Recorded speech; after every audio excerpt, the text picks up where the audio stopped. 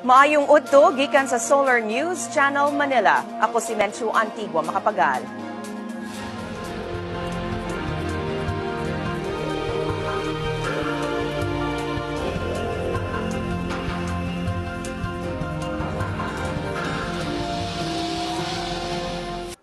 Padayon ang pagpangita sa 11 ka tawo nga missing sa Bohol tungod sa linog sa Kabisayan.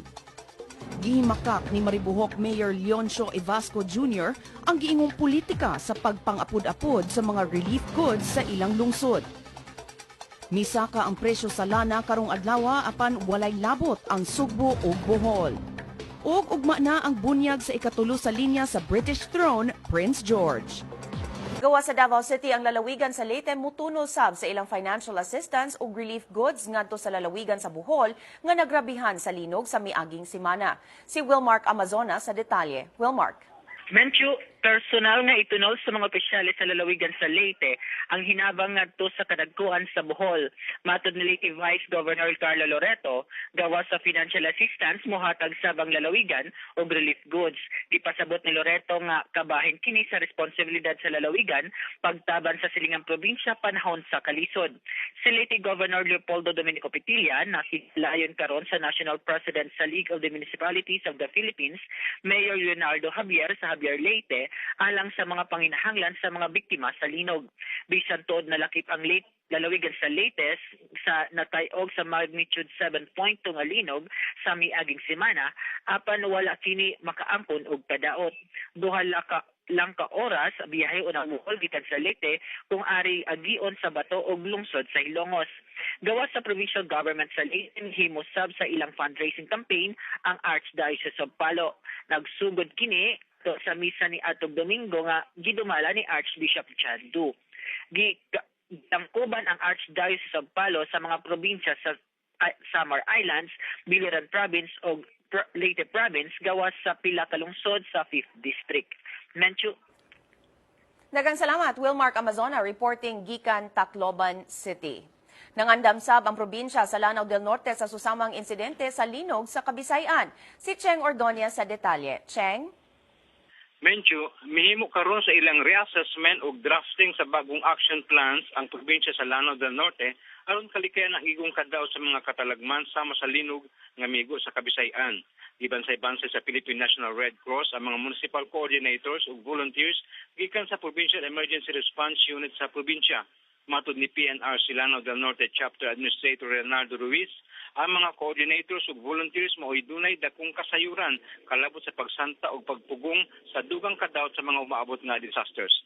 Natapos ang tulo ka adlaw nga training uban ang demonstration ug simulation sa disaster preparedness. Lakip ang Lanao del Norte sa Northern Mindanao areas nga nabutang ubos sa intensity 3 sa magnitude 7.2 nga linog sa miaging semana. Menchu. Daghang salamat, Cheng Ordonez reporting gikan Cagayan de Oro City. Sa pagbalik sa Solar News Cebuano, gisusi na sa DPWH ang mga taytayan sa Leyte human sa kusog nga linog sa miaging semana. Ang detalye sa among pagbalik.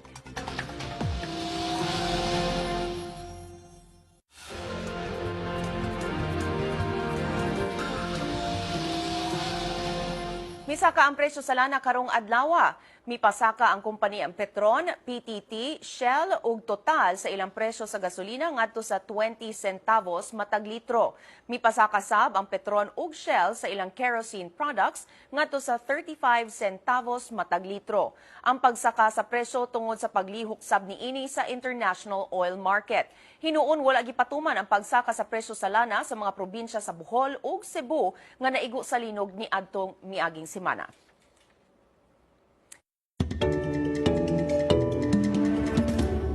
Ugma na ang bunyag sa ikatulong sa linya sa British throne nga si Prince George. Kining balita gawa sa nasod ug uban pa sa report ni Sarah Velasco. Ugma na ang bunyag sa ikatulo sa linya ngadto sa British throne nga si Prince George.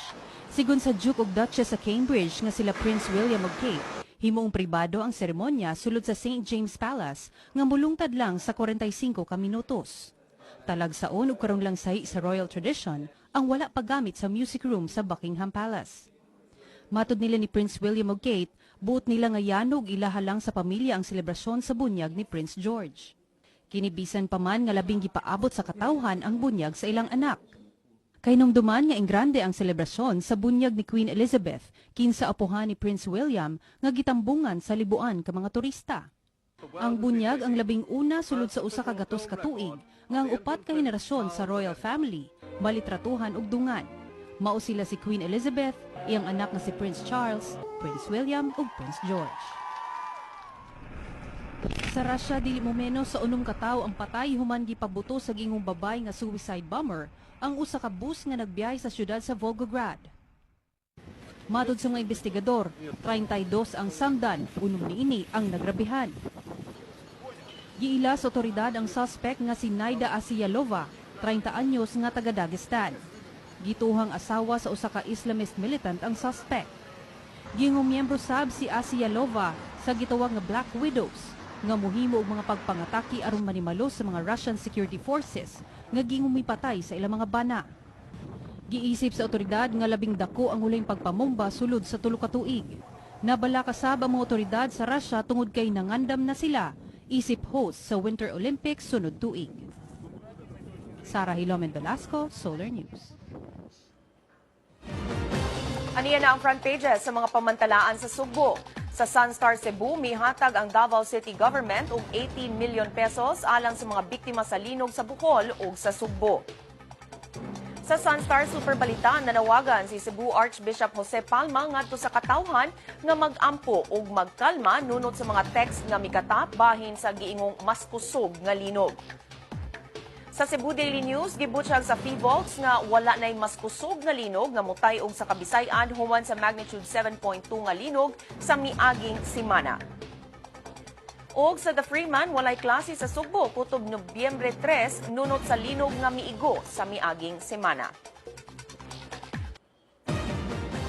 Atong sayron ang front pages sa mga pamantalaan sa Mindanao. Sa Sunstar Davao, gibutyag ni Davao City Mayor Rodrigo Duterte nga kung siya mamahimong presidente, iyang pasirad-an ang gobyerno. Sa Bandera Mindanao, headline sab ang pagbutyag sa PHIVOLTS batok sa mga text messages nga mikatap bahin sa giingong mas kusog nga linog nga moigo sa Kabisayan. Sa Mindanao Daily, Northern Mindanao, gibutyag sa gobyerno sa Misamis Oriental nga dili sila andam alang sa kusog nga linog. Sa Mindanao Daily, Western Mindanao, gibuhian sa mga sakop sa MNLF ang 149 ka mga bihag sa Zamboanga City. Sa Mindanao Daily, Caraga, gibasura sa korte ang injunction nga gisangat sa usa ka konsehal sa Butuan City batok sa proyekto sa Butuan City Water District. Og sa Mindanao Daily Davao, wala gihapon makalingkawas ang barangay sa Davao Region gikan sa permit to campaign sa New People's Army. Miabot sa siyam ang tanang nangamatay nga sundalo o militiamen sa ambush nga gihimo sa New People's Army kagahapon sa buntag sa lalawigan sa North Cotabato. Igo na lang sa pagkundina ang mga local officials sa lalawigan sa hitabo. Si Ben Teshorna sa detalye. Ben? Menchu, gikondena ni North Cotabato Governor Emilio Talino Mendoza ang lain na usab nga pag-aga sa dugo sa iyang probinsya kagahapon. Unom ka sundalo ug tulo ka kafgo ubos sa 38 Infantry Battalion sa Philippine Army gibanhigan sa mga NPA sa boundary sa Sitio Manggi, Barangay Caridad ug Barangay Bituan sa lungsod sa Tulunan. Ang mga tropa nga gipanguluhan ni Captain Ernesto Aguilar maghatod unta sa sweldo sa mga kafgo personnel dihang gipabutan og landmine ang ilang military truck o gisundan pagpaulan og bala. Upat usab ka sundalo ang nasamdan sa hitabo. Kitahong wala na ikita ang payroll money nga mo kantidad sa 1 million pesos samtang nakadala sab og mga armas ang mga rebelde sa dayong sibat gikan sa ambush site. Sa iyang pamahayag, si Governor Mendoza misaway sa paggamit og landmines sa mga rebelde nga unta gidili man kini sa mga international covenants. Nahinuklog si Mendoza sa panihunga sa kagamhanan alang sa pagkabot og kalinaw samtang sa kalit lamang mukalit pagbusikad ang kagubot. Gimando ni Ismincom Commander Lieutenant General Ricardo Rainier Cruz III ang padayong pagpukan sa mga rebelde pinaagi sa bayanihan operations. Miabot sa 40 ka mga rebelde ubos sa Front 72 sa NPA ang mga responsable sa ambush. Gawa sa mga komunistang rebelde, ang probinsya sa North Cotabato gihasi sab sa Bangsamoro Islamic Freedom Fighters ug Moro Islamic Liberation Front nga sa matag karon ug unya muhimo og kagubot sa dapit. Mencho. Daghang salamat, Ben Teshorna, reporting gikan Davao City. Kung buot ninyo matanaw pag-usabang episode karon sa Solar News Cebuano, i-like ang among Facebook page, Solar News Cebuano.